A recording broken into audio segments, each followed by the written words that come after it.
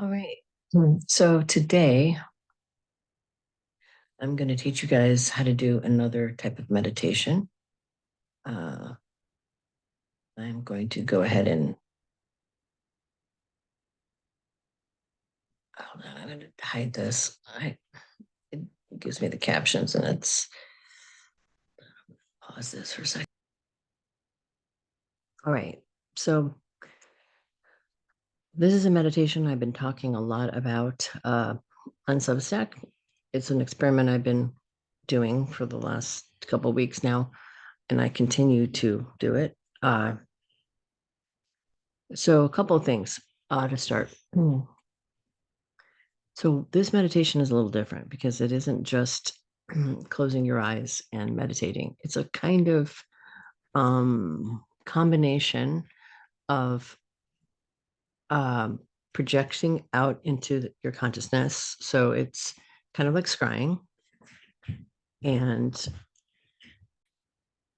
all right, sorry, distracted. Something came up here. All right, so this is a combination of a couple of meditations that I've taught already. So if you haven't done those other ones, I would suggest you trying to do those first before you try this one. Before you begin this set of meditations, it's important that you do the golden bubble of protective light when you start out doing this. If you haven't done enough protection, it's a good thing to start doing. Okay, so that's one of the things that I think you should try before, get that kind of going. Do that on a regular basis before you attempt this. This meditation is a combination of that being in the power, sitting in the power, which is, and it's not exactly like that, where you take your orb that's inside of you, your spirit, and you grow it all the way out to the farthest reaches of the universe and pull it back to the creator, to the other side. And it's sort of like scrying, if you've ever done that. So scrying is kind of, looking at you can scry by looking at the clouds, by looking into a bowl of water, crystal ball. Scrying is just kind of, feeling or watching into something, pushing your consciousness into it and letting your third eye basically show you stuff and draw your attention to things. So it's hard to explain because this is a meditation where your eyes are open. And so it's not, if you haven't done enough meditation or you don't have a real strong um, visual kind of aspect to your psychic ability, it may not be as successful. You might get some feelings if you're clear sentient rather than clairvoyant. But it's worth a shot anyway. One of the things you can do to kind of prepare yourself for this is you can kind of defocus your eyes, sit outside and look at the blue sky and let yourself kind of see these little tiny sparkles that you'll see. There was a psychologist who called it orgone. And he thought it was the energy of the universe or something. I don't know exactly what he thought, but he was the first to kind of try to experiment with it. I used to always think it was some kind of visual kind of effect on my eyes, but as I've been doing this, I don't think that's what it is. I think it is some kind of universal force energy, but I think it's actually sort of information that you're seeing kind of be sent back and forth. Like you're looking at the little lines of consciousness from the universe to us and us to it. And I think it sort of goes in every direction. And you'll start to see patterns in the movement. Like I noticed that there's one pattern that I can see when I look at this particular part of the sky where all of the little white sparks go in this really clear kind of direction. And there's all these sort of, it looks like pathways. So I think, and I feel like it's probably some kind of, like I said, interconnected web that connects us to all things, that gives us information. You get you sort of know things. I think it comes from this sort of interaction with spirit. And if you defocus your eyes and kind of focus on the blue sky, you'll see it. At nighttime is when you have to do this other meditation. So this meditation, I think it doesn't work as well in the daytime for a couple reasons. One is the calmness, the quiet of the night, and the night sky being dark, um,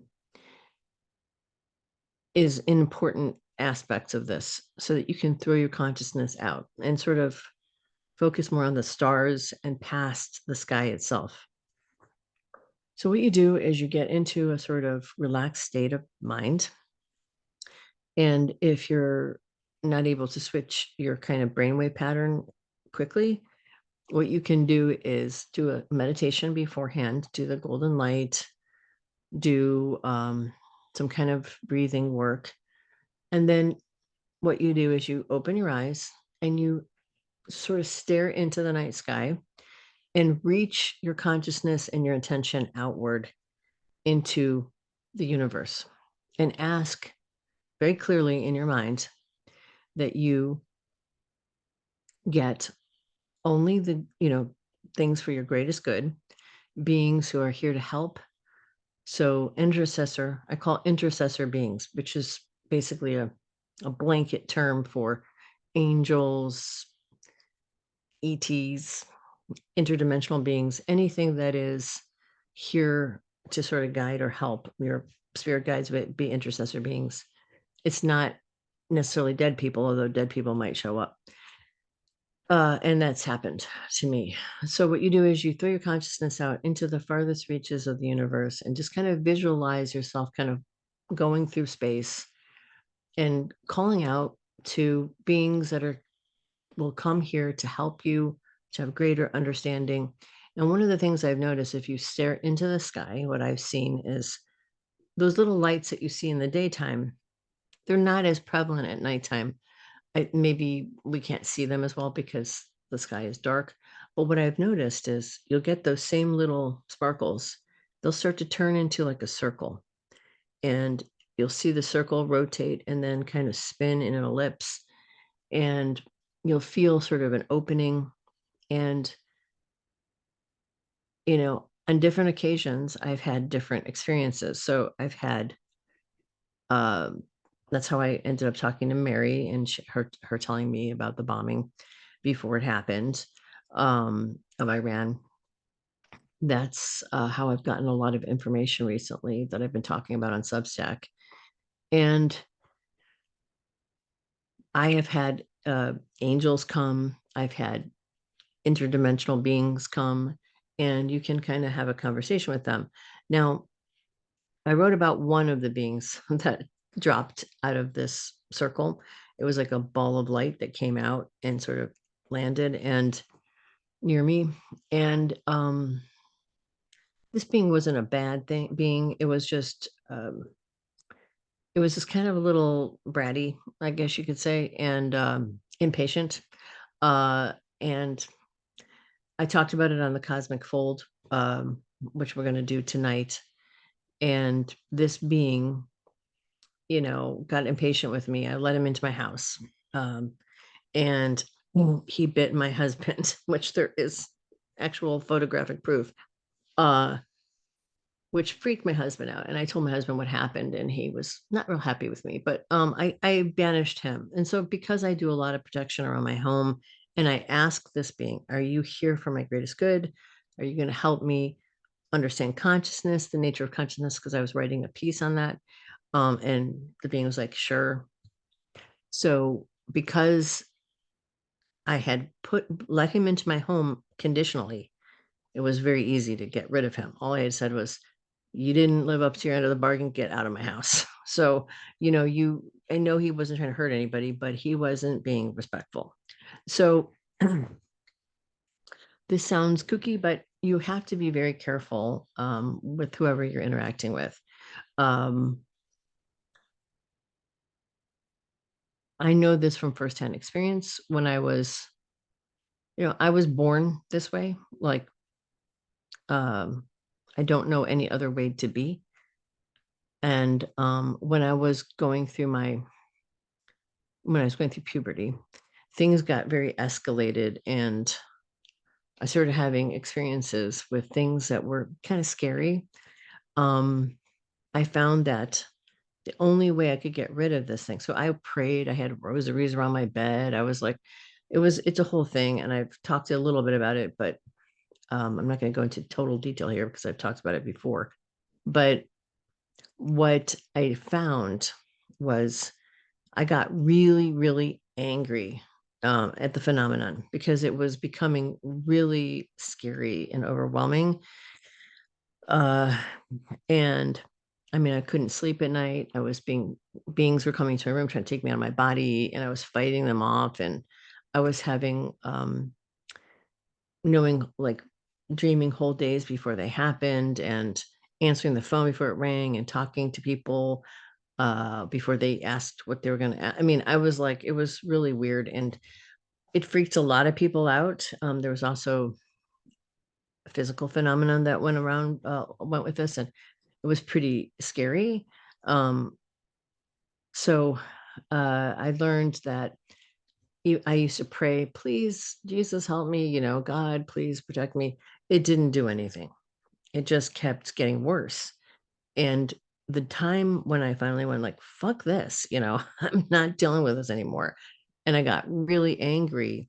It completely kind of went and sort of dried up.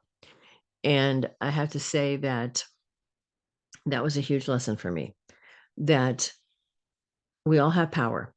And if something is bothering you, the best way to get rid of it is to confront it with your righteous anger. Now, you don't have to be, don't be scared. Just be pissed and be like, you don't have any right here. You're not allowed to be in my space. Get away. And seems to be a universal sort of rule from what that I stumbled upon, that your intention, if it's strong enough, is all you need. Now, that is true for the most part. Now, if you live in a place or a space that has an attachment to the land or something else going on, that's a whole different story. And if your space itself is not safe, in terms of something was there before you, it's not so easy sometimes to get rid of stuff. So it's important, if you move into a new home, or if you do live in a home and you have phenomena, to do some saging, clearing out, and especially if you move into a new place, to do it immediately as you move in, and put salt in the four corners or around the home if you can, and secure the location as your space. Um, I was able to do that here, so I'm pretty. I feel very comfortable doing all kinds of experiments here. There have been other places that I've lived in where I don't think I would do this, because there's already emotional or negative energetic patterns that are in the air that, you know, if you can't clear them out, can be problematic. In those cases, what I did was I would leave my home, and I would go into a place. If the home itself had some kind of energetic thing that I couldn't totally clear out, I would go into, like, the outside area and do protection, do my work out there. I Even in those spaces where they were, as an adult, because as a kid, everywhere we ever lived had phenomenon, and I don't know if that's a coincidence or if that was just me, because I've never lived in a place that didn't have phenomenon happening. So even, we lived in almost all new homes when I was growing up. Yeah, I'm trying to think. The first place we lived in wasn't totally new, but it was built in the 60s, and we moved in there in, like, the early 70s. So it wasn't an old place, it was a townhouse. And then the house that I lived in for a little bit, my parents built. And then the other house we lived in was a new build as well. But there was always phenomenon in it. So even at my dorm room in Cal Arts, even at no matter where I've lived, there's been phenomenon. So I'm pretty certain it's me, but anything that's left over or lingering in the space, if it doesn't feel safe where you're at, don't do this. That's my one thing to tell you. You don't want to open yourself up if the energy in your space is negative. So um, if you do have a negative space and you don't feel comfortable there, you can go to a park and do the bubble protection and try this there. So those are some things to think about. You do need to, you know, be skeptical of things that show up and ask those things or beings, are you here for my greatest good? Are you a good being? Are you here to help me? And if they lie, it's very easy to get rid of them. So so if you start to get a weird feeling about the situation, just tell it to go away. So I just wanted to make sure to give you the whole context so that you don't go experimenting with something and open yourself up to something that could be a trickster type of being or something that's just going to mess with you. You shouldn't have that problem setting your intention, as long as your intention is for the highest and greatest good for yourself and humanity and for this planet. Um, that should be enough, but you still have to be conscious and aware that just like if you walk down the street, most of the people you meet are going to be good, but you might run across a psychopath, right? So you have to always be as open as you can be, but also kind of aware that there are things that are devious out there. And they may not be entirely bad. Sometimes they are. Sometimes they're just kind of like people. They just want to play. So don't want to dissuade you from your experiment, but just those parameters, do some protection, set your intention, make sure your space is in a safe and you feel safe and in a good, clear space before you do this experiment. So I would look forward to hearing what happens for you guys when you try this. So please, you know, email me, find me on Substack, and send me messages, make comments. Uh, I hope you guys all have fun like I have had a lot of fun with this. Blessings to all of you. Take care.